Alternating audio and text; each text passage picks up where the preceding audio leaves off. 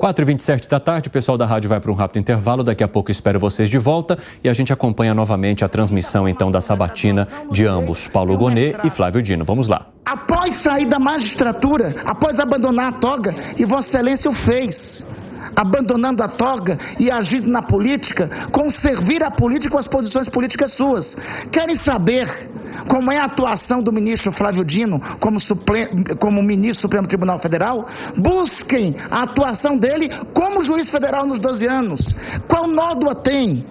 Qual ponto ele atuou nos autos, aí sim, realmente nos autos, fora da circunscrição do que lá estava escrito e do exercício do mistério de ser magistrado, de ser juiz.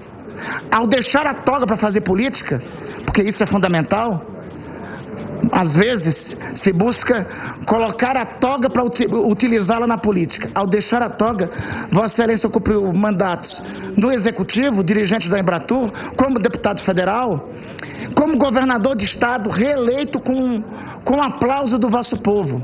Aliás, o vosso povo, ministro Flávio Dino, o senhor será... Aí tem duas condições que aqui temos que exaltar na sua condução, que com certeza ocorrerá no dia de hoje.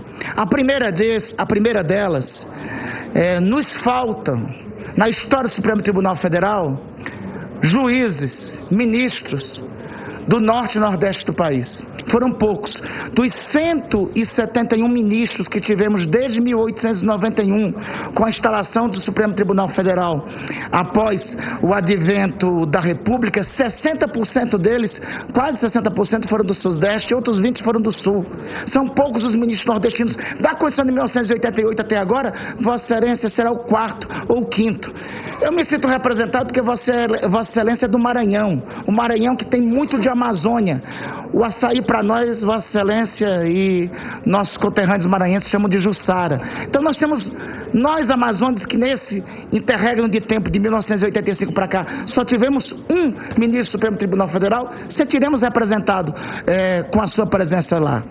Mas Vossa Excelência trará também, nessa história de ministro do Supremo Tribunal Federal, trará também mais uma qualidade, que é qualidade, porque na última quadra, senador Everton, houve uma criminalização da política. É bom termos, e aqui saúdo o presidente Lula de ter tirado alguém da política e colocar na Suprema Corte. Ter tirado alguém como ao longo da história, outros 12 cumpriram esse papel, de diferentes posições políticas. Nessas posições políticas diferentes, teve Adalto Cardoso, da UDN, durante a ditadura, que inclusive, em função do regime autoritário, renunciou à cadeira na Suprema Corte.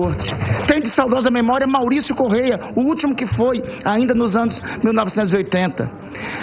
Perguntam sobre as posições de Vossa Excelência. Vou me recorrer a um dos melhores que teve na história do Supremo Tribunal Federal, Paulo Brossard. Que posição política mais contundente que Paulo Brossard? Eu aqui trago a posição de Paulo Brossard em 1979, na votação da lei da anistia, quando ele denunciou a lei da anistia do regime autoritário, dizendo o seguinte: esta lei perdoa todos os agentes da repressão que teriam torturado e não perdoam aqueles que eles chamam de terroristas. Por isso que essa lei é inadequada, é inócua, é assimétrica, é insatisfatória. Termos do Dr. Paulo Brossard. Como senador da República, liderando o MDB contra o regime autoritário. Termos de Paulo Brossard, que depois foi um dos ministros mais reconhecidos à frente do Supremo Tribunal Federal. Dos 12 ministros que já tiveram na história do Supremo Tribunal Federal, que foram senadores, não somente daqui dessa casa, foram ministros para a Suprema Corte. Aliás, um desses ministros, um outro, que já aqui destaco, Adalto Cardoso, foi presidente da Câmara dos Deputados, e um outro foi presidente da República, Epitácio Pessoa, em 1919 e 1922, que antes de ser presidente da República já tinha sido ministro do Supremo Tribunal Federal. Aliás, em toda a história do Supremo, só o senhor Epitácio Pessoa terá a condição de ser os dois ministros desses mais de 170 ministros do Supremo Tribunal Federal que passaram por todos os poderes da República. Epitácio Pessoa foi senador, foi ministro do Supremo Tribunal Federal e foi presidente da República. Vossa Excelência ocupou cargos como governador de estado, atuou na Embratur, foi parlamentar por 2 mandatos e será ministro do Supremo Tribunal Federal. Questiona o senhor sobre a sua posição sobretudo no 8 de janeiro, em relação à defesa da nossa democracia. Questione suas posições. Me permita, é a sua postura naquele dia, e fala que alguém que testemunhou a sua indignação com aqueles fatos naquele dia, são as suas posições naquele dia que mais o credenciam para este cargo. Porque, repetindo e concluindo, repetindo as palavras de Aires Brito, nobre professor que muito bem me ensinou, a Constituição tem um mandamento central. A democracia na Constituição é continente, o restante é conteúdo. Quem não se indigna diante da ofensa à democracia não tem condição ou pré-condição para ser ministro da Suprema Corte. O senhor tem plenas condições, sobretudo, aquilo que alguns aqui atacam o senhor, para mim, é a maior qualidade. A indignação de Vossa Excelência quando a democracia brasileira foi atacada. Obrigado, senador Randolfo. Eu pergunto ao Sabatinado se podemos já chamar o outro inscrito, já que não houve pergunta. Apenas agradecer ao nobre líder, que sempre traz aulas de história muito relevantes. Tenho muita admiração pelo senador Randolfo, como amazônicos que somos, e também saudar entre nós a presença do governador de Sergipe. Saudei o governador do Maranhão e, por isonomia e por carinho, o governador Mitidieri. A senadora Soraya está pedindo pela ordem. Eu gostaria, obrigada, presidente, por me dar a palavra. Gostaria de saudar os sabatinados, ministro Flávio Dino e um membro do Ministério Público, Paulo Gonet, mas pelo adiantado da hora, presidente, e percebendo que, como eu não sou membro da CCJ neste biênio, nem titular e nem suplente, eu vou retirar minha assinatura, porque senão o ministro vai sair daqui, os dois sabatinados, depois da meia-noite. Então, em respeito, eu falo lá da tribuna, tá? Porque eu estou acompanhando o tempo inteiro e... Então, assim, já ouvi muito da sabatina e então eu falo da tribuna. Muito obrigada. Obrigado, senadora Soraya. O presidente Pacheco já garantiu a todos que estão retirando suas inscrições, ele vai garantir o tempo necessário lá no plenário do Senado Federal durante a votação. O senhor ainda quer fazer alguma consideração? Já pode chamar o próximo. Senador Mourão. Vossa Excelência está com a palavra. Vossa Excelência está com a palavra. Senhor presidente, senhoras e senhores senadores, nosso colega senador Flávio Dino, atual ministro da Justiça, doutor Paulo Gonet. Eu não tenho perguntas para o doutor Paulo Gonet, uma vez que todos que me antecederam esgotaram o assunto. Em relação ao nosso colega, ministro Flávio Dino, candidato aí ao STF, eu vou apresentar duas coisas aqui, ministro. Há um mês atrás, a Suprema Corte Americana, ela votou e criou um código de ética com 5 aspectos. E vou me permitir aqui tocar nesses 5 aspectos. Manter a integridade e independência do judiciário. Evitar a impropriedade e a aparência de impropriedade em todas as atividades. Cumprir os deveres do cargo de forma justa, imparcial e diligente. Apenas exercer atividades extrajudiciais que sejam compatíveis com as obrigações do cargo judicial e abster-se da atividade política. A nossa lei geral da magistratura, a lei orgânica da magistratura, ela toca em quase todos esses assuntos. Mas, lamentavelmente, nós temos visto os nossos magistrados se excederem exatamente em relação a esses 5 aspectos que eu mencionei. Então, a minha única consideração para o senhor, uma vez que eu acompanhei aqui todas as suas palavras, é exatamente dentro da Suprema Corte, caso o senhor seja escolhido, ser um baluarte desses aspectos que eu aqui mencionei. Agora eu vou para o segundo ponto, senador Flávio Dino. Eu vou ler aqui uma proposta de emenda à Constituição, que modifica o artigo 101, que trata aí da nossa Suprema Corte, e aqui diz que os ministros serão escolhidos 5 pelo presidente da República, 2 pela Câmara dos Deputados, 2 pelo Senado Federal, 2 pelo STF, e as escolhas obrigatoriamente terão que recair em nomes constantes de listas tríplices que serão apresentadas pelo STJ, pelo Tribunal Superior do Trabalho, pelo Conselho Nacional de Justiça, pelo Conselho Nacional do Ministério Público, pelo Conselho Federal da Ordem dos Advogados do Brasil, pelos órgãos colegiados das faculdades de Direito que mantêm um programa de doutorado em funcionamento há pelo menos 10 anos. E o mandato dos ministros do STF será de 11 anos, sendo vedada a recondução ou exercício do novo mandato. Assina deputado federal Flávio Dino, do PCdoB do Maranhão. A minha pergunta é simples. Se deste Congresso sair algo nesse sentido, o senhor vai nos chamar de pigmeus? Senador Flávio Dino. Faltou, ilustre senador, enquanto eu ouvia a leitura, eu claramente identifiquei, porque eu mesmo que escrevi, a PEC 342 de 2009, faltou apenas a alusão à data. E eu lembro um ministro aposentado do Supremo que dizia assim, somente os mortos não evoluem.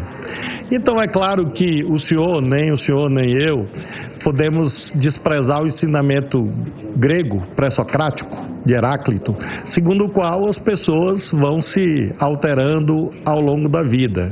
Sobre o homem e o rio, uma passagem muito conhecida. É claro, portanto, que não tenho rigidez de dizer que eu adiro integralmente ao que eu escrevia naquele momento, mas adiro no fundamental, nos pressupostos, ou seja, de que é necessário e cabível que haja permanentemente aprimoramentos acerca do funcionamento das instituições. O senhor alude, por exemplo, ao tema do mandato. Nos Estados Unidos, que o senhor aludiu, não há mandato. Houve aqui um colega senador que aludiu a um justice chamado Hugo Black, dos maiores da história da Suprema Corte. Salvo engano, ele serviu até os 84 anos, algo assim, na Suprema Corte dos Estados Unidos. E muitos outros faleceram no exercício da função, porque lá prevalece a cláusula do enquanto bem servir.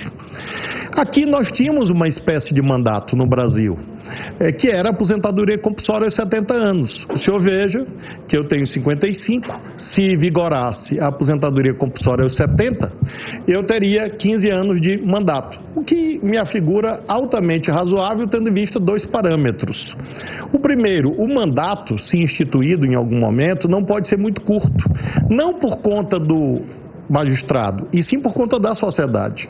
Nós temos como um princípio reitor na nossa Constituição, inclusive no caput do 5º, o princípio da segurança. Derivado deste, consectário lógico, a segurança jurídica.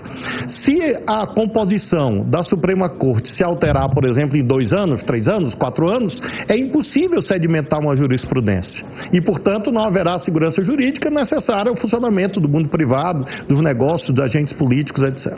Então, o eventual mandato, por isso que eu disse que nos pressupostos mantenho coerência, ele não pode ser muito curto. Na época eu escolhi 11 anos e o saudoso e queridíssimo e venerável ministro Sepúlveda Pertence uma vez me abordou, Gonê, numa fila de um lançamento de um livro.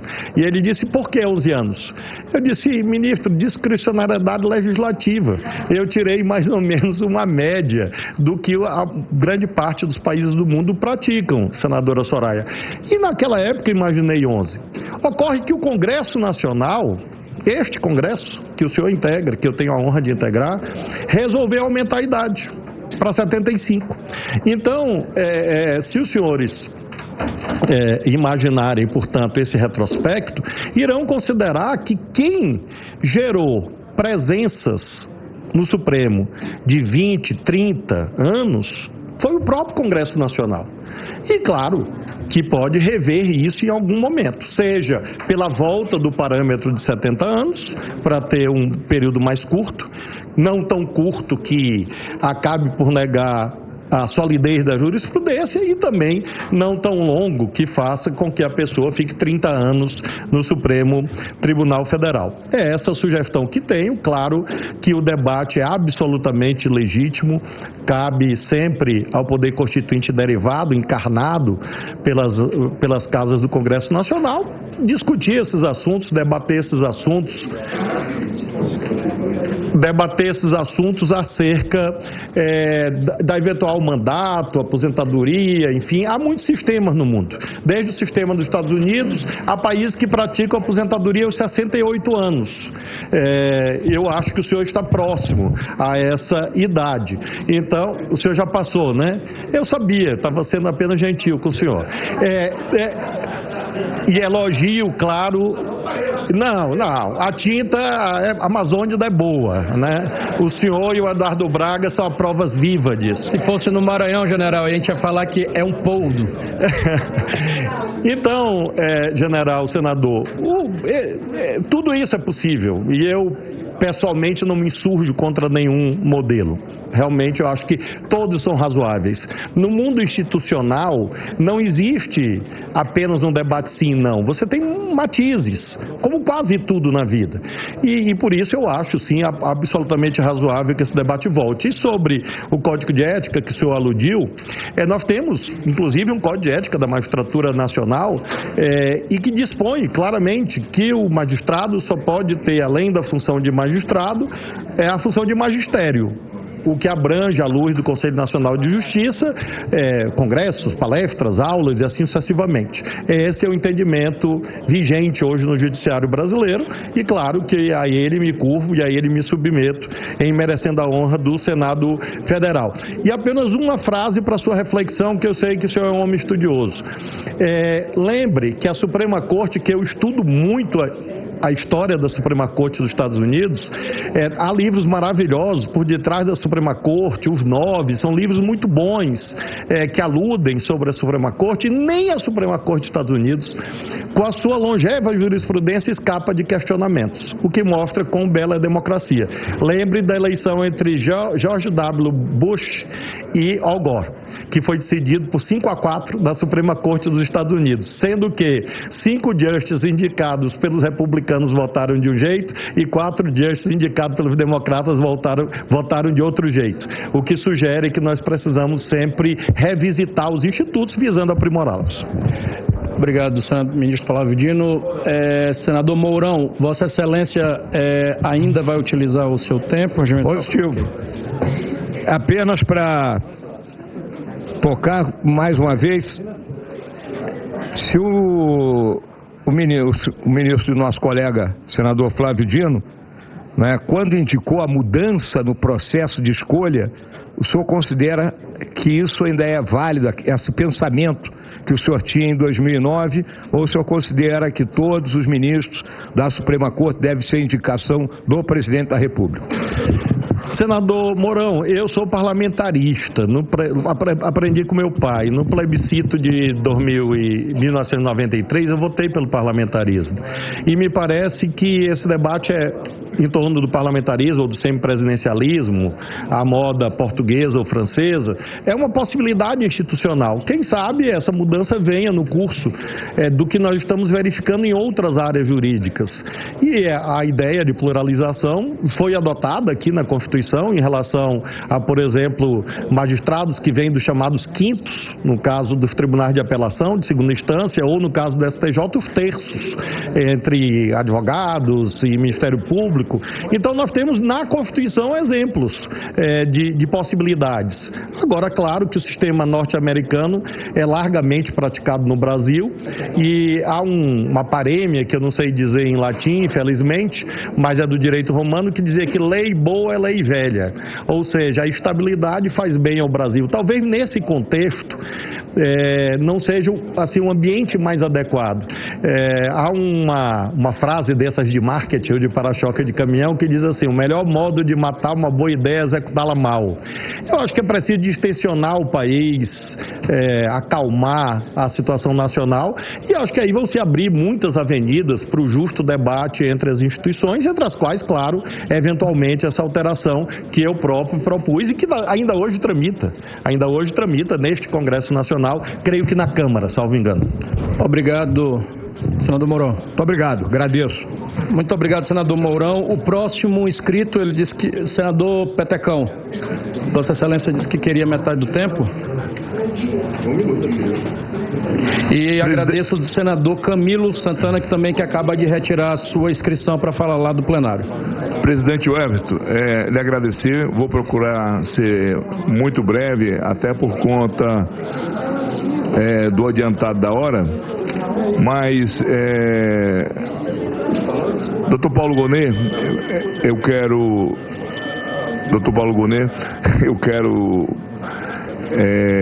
lhe fazer uma saudação. Eu tive a oportunidade de participar de uma reunião lá no meu partido, comandada pelo nosso líder, senador Otto Alencar, onde estava representada toda a nossa bancada.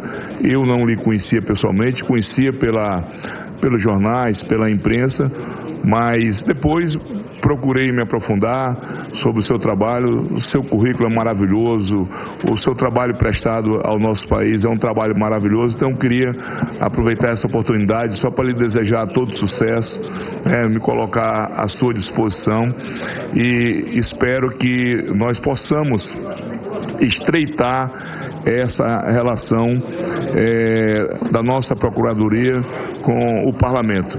Então foi um prazer lhe conhecer. Tenho muitos amigos, inclusive meu filho é amigo do seu filho, e estou muito feliz em ter conhecido Vossa Excelência. Prazer.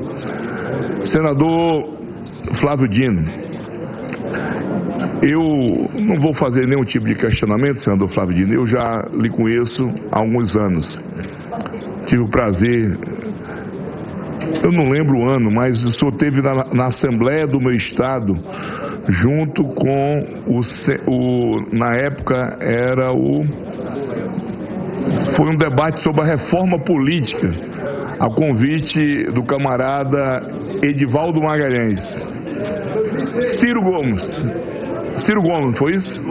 Com Ciro Gomes, no plenário 2006. Quem falou 2006?